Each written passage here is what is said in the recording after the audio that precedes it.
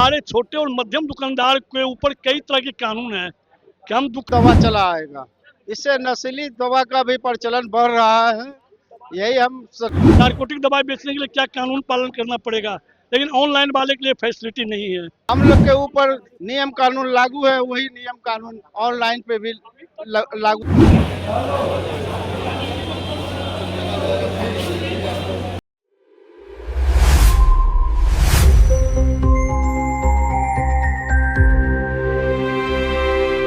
आज पूरे भारत में जितने भी केमिस्ट स्टोर है बंद किए गए। इसका नतीजा बिहार में भी देखने को मिला है और आपको बता दूं कि इसका मुख्य कारण क्या है आपको बताएंगे। फिलहाल मैं अमित, आप देख रहे हैं न्यूज़ इंडिया।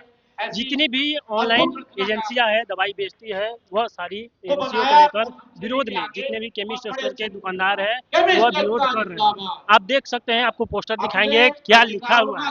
लिखा हुआ है केमिस्ट एकता जिंदाबाद। AICOD द्वारा यह किया गया है कि All India Organisation of Chemist and Drug Centre द्वारा इसको संचालित किया गया है। उनका कहना है कि जिस तरीके से ये कंपनियां कम छूट देकर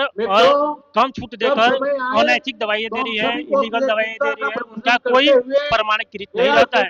डॉक्टर को द्वारा प्रमाणीकृत नहीं रहता है। ये दवाइयां 50 से 55% की छूट देती है और इसका मुख्य कारण क्या है ये दुकानदार बताएंगे। चलिए उनसे बात करके देखते हैं कि उनकी क्या कारण है। चलिए बात करके देखते हैं कि क्या बातें हैं। सर थोड़ा सा किस लिए आप लोग ये किए?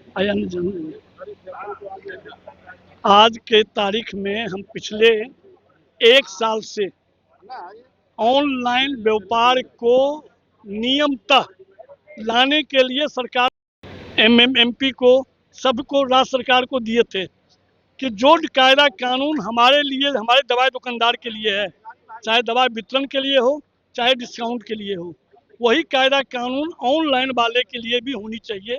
वही कायदा कानून बड़े बड़े मल्टीनेशनल के लिए भी दवा वितरण के लिए और डिस्काउंट के लिए वो कानून होनी चाहिए। आपके माध्यम से यह आपको बताना चाहते हैं कि दवा ही एक ऐसी व्यापार है जिसका मुनाफा केंद्र सरकार तय करती है कि रिटेलर कितना डिस्काउंट पर काम करेगा, होलसेलर कितना डिस्काउंट पर काम करेगा और उसी के अंदर मैक्सिमम डिस्काउंट 20% रिटेलर के लिए है, 10% होलसेलर के लिए है। शेड्यूल में 16% रिटेलर के लिए है, 8% होलसेलर के लिए है। तो फिर ये मल्टीनेशनल बड़ा बड़ा हाउस 40% और 50% डिस्काउंट कहाँ से दे रहा है। हम भारत सरकार से ये मांग करते हैं कि अगर वो फैसिलिटी अगर उनको मिल रहा है तो उसका दो ही कारण हो सकता है। या तो हमारे अस्तित्व छोटे दुकानदार, मध्यम वर्ग के दुकानदार को ख़त्म करने के लिए वो अपनी पूंजी जला रहे हैं, क्योंकि उनके पास अवैध रूप से बहुत पूंजी होगा, इसलिए वो अपनी पूंजी जला रहे हैं। या कंपनियों के साथ मिलकर अवैध दवा का कारोबार कर रहे हैं। तो हम भारत सरकार से ये मांग कर रहे थे कि ये ऑन फार्मेसी वाले को रेगुलर किया जाए या इसको बंद करवाया जाए। जब तक कानून नहीं बनता तब तक इसको बंद करवाया जाए। दूसरा कि ज़्यादा डिस्काउंट का जांच किया जाए कि ज़्यादा डिस्काउंट क्यों और कैसे दे रहा है। और तीसरा क्या है कि कोरोना के वक्त में जो कानून डोर डिलीवरी का बना था उसमें समय के अनुसार संशोधन किया जाए या उस कानून को वापस लिया जाए।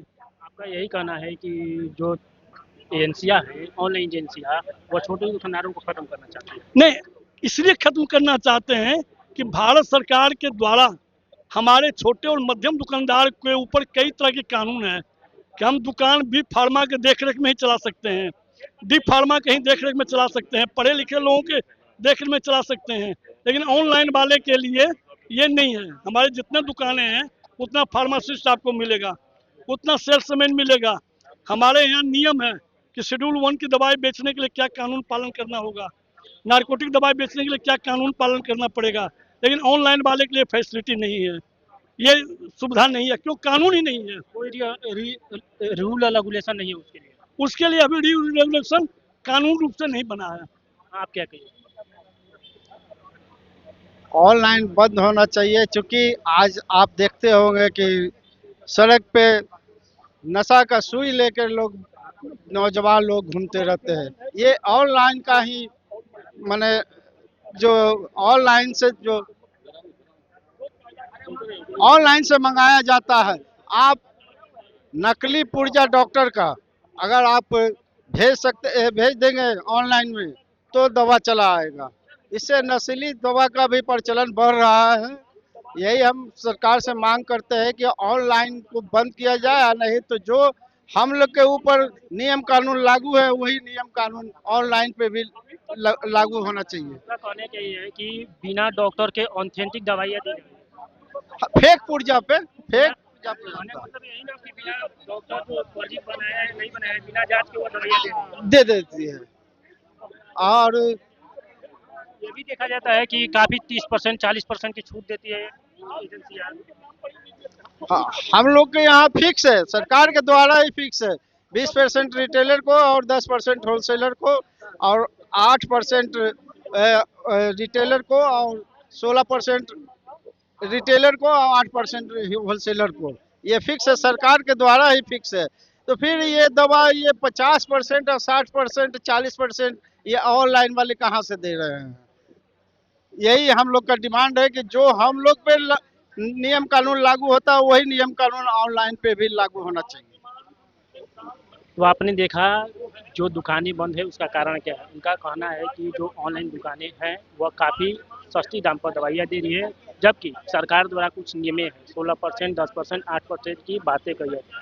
और इसके साथ ही साथ उनका कहना है कि जो दवाइयाँ ऑनलाइन भेजी जाती है वह अनधिकृत होती है, डॉक्टर द्वारा प्रमाणीकृत नहीं होती है और उसे देखते ही दे दिया जाता है, जिसमें नशीली दवाइयाँ भी रहती है। इन सारी चीज़ों को लेकर आपकी क्या राय है? फिलहाल इस खबर इतना ही। आगे की तमाम खबरों को जानने के लिए बने न्यूज़ PR के साथ। धन्यवाद।